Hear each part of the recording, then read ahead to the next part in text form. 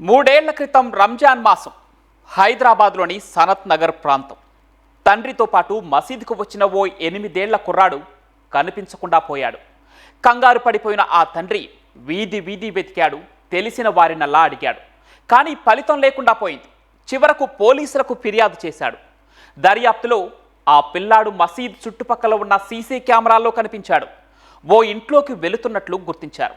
అలా వెళ్ళిన బాబు మళ్ళీ తిరిగి రాలేదు.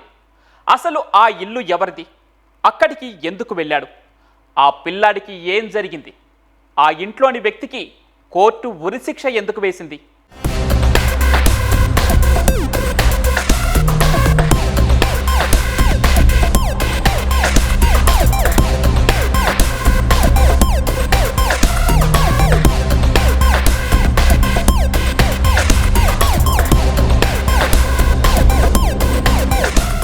తండ్రితో ఉన్న ఆర్థిక లావాదేవీల వివాదం కారణంగా 8 ఏళ్ల కుమారుడిని దారుణంగా హత్య చేశారు. బాలుడన్న కనికరం కూడా లేకుండా అంతం చేశారు. హైదరాబాద్ సనత్ నగర్లో గతంలో జరిగిన ఈ హత్య కేసులో అప్పట్లో సంచలనం రేపింది. నిందితులను అరెస్టు చేసిన పోలీసులు కోర్టులో హాజరుపరచగా ప్రధాన నిందితుడికి ఉరిశిక్ష విధించడంతో పాటు అతనికి సహకరించిన ఆటో డ్రైవర్కు 7 ఏళ్ల కారాగార శిక్ష విధించింది.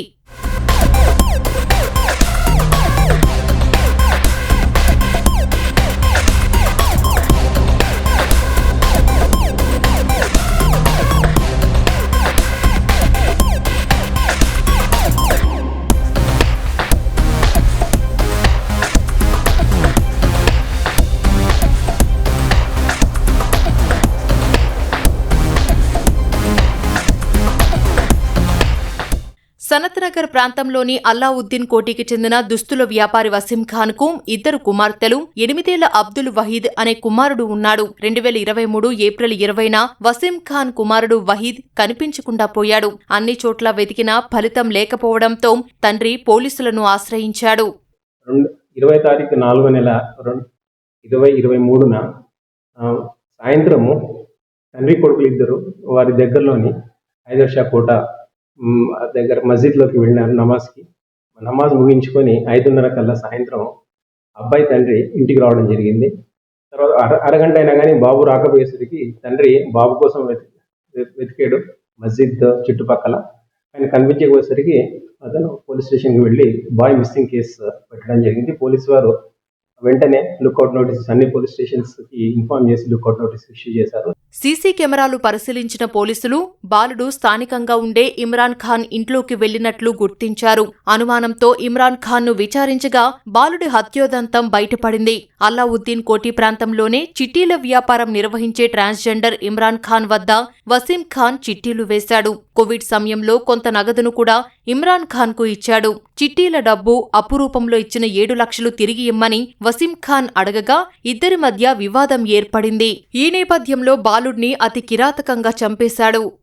పోలీసు వారు మస్జిద్ కి దగ్గరలోని సీసీ కెమెరా ఫుటేజెస్ ని చూస్తే ఆ బాయ్ 8 ఏళ్ల 3వ తరగతి చదువుతున్న 8 ఏళ్ల అబ్బాయి మొదటి నిందితుడు అయినటువంటి ఒక A1 ఇంటికి తను వెళ్తున్నట్టుగా ఇంట్లో వెళ్ళినట్టుగా సీసీ కెమెరా ఫుటేజ్ వాళ్ళకి లభించింది.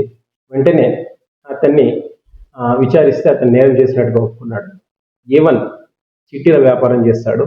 ఈ అబ్బాయి వాళ్ళ తండ్రి మరణించిన హత్యకు గురైనటువంటి ఒక అబ్బాయి వాళ్ళ తండ్రి చిట్టీలు వేశాడు A1 దగ్గర.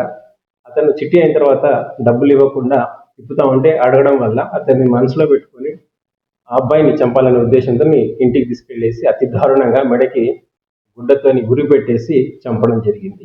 అప్పట్లో రంజాన్ మాసం కావడంతో ఉపవాస దీక్షలో ఉన్న బాలుడు సమీపంలో మసీదుకు వెళ్లాడు. అదే మసీదుకు ఇమ్రాన్ ఖాన్ కూడా వచ్చాడు. తనకు నీరసంగా ఉందని ORS ప్యాకెట్ తీసుకురమ్మని బాలుడిని ఇమ్రాన్ పంపాడు. మెడికల్ షాప్లో ORS ప్యాకెట్ కొనుగోలు చేసి ఇమ్రాన్ ఖాన్ ఇంటికి తీసుకువెళ్లగా ఇదే అదునుగా బాలుడి గొంతు నులిమి చంపేశాడు. ఆ తర్వాత కాళ్లు చేతుల ఎముకలు విరిచి బాలుడి మృతదేహాన్ని బకెట్లో కుక్కాడు. ఎర్రగడ్డకు చెందిన తనకు పరిచయస్తుడైన మహమ్మద్ రఫీక్ ను ఇమ్రాన్ పిలిచాడు. పాల్తీన్ కవర్ ను సనత్ నగర్ రైల్వే స్టేషన్ సమీపంలో జింకలవాడ నాలాలో పడేయాలని చెప్పాడు. దీంతో సదరు ఆటో డ్రైవర్ అదే విధంగా కవర్ ను నాలాలో పడేశాడు. దీంట్లో A2 రోల్ ఏంటంటే అబ్బాయిని మెడకి ఉరి బిగించేసి గుడ్డతోని చంపేసిన తర్వాత ఇంటి ఎదురుగా వెళ్ళేసి ఒక ప్లాస్టిక్ బ్యాగ్ తీసుకొచ్చేసి దాన్ని ఒక ప్లాస్టిక్ డ్రమ్లో పెట్టి A2 ఆటో డ్రైవర్ అతను ఆటో వచ్చిన తర్వాత దాంట్లో ఆ డబ్బా పెట్టేసి దీన్ దయాళ్ నగర్లో నాలాలో పడేయడం జరిగింది. ఈ కేసులో ఐ విట్నెస్లు ప్రత్యక్ష సాక్షులు ఎవరు లేరు. దీనిలంతా టెక్నికల్ ఎవిడెన్స్, సర్కమ్స్టాన్షియల్ ఎవిడెన్స్ వీటి మీద బేస్ చేసుకొని కోర్టు వారు తీర్పు ఇవ్వడం జరిగింది. సీసీ కెమెరాల దృశ్యాలు, కాల్ డేటా రికార్డులు, ఇతర సాంకేతిక ఆధారాలతో సనత్ నగర్ పోలీసులు ఛార్జిషీట్ దాఖలు చేశారు.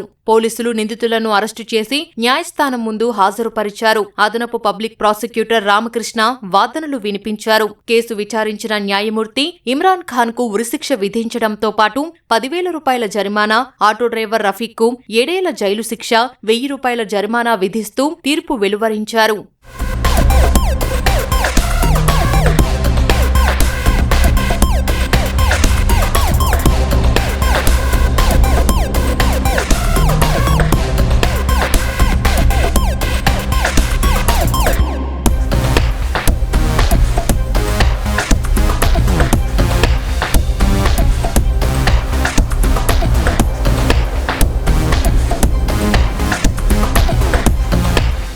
కేసును విచారించి కోర్టుకు అన్ని సాక్ష్యాధారాలను సమర్పించిన పోలీస్ అధికారులు, సిబ్బందిని అప్పట్లో సిపి సజ్జనార్ అభినందించారు.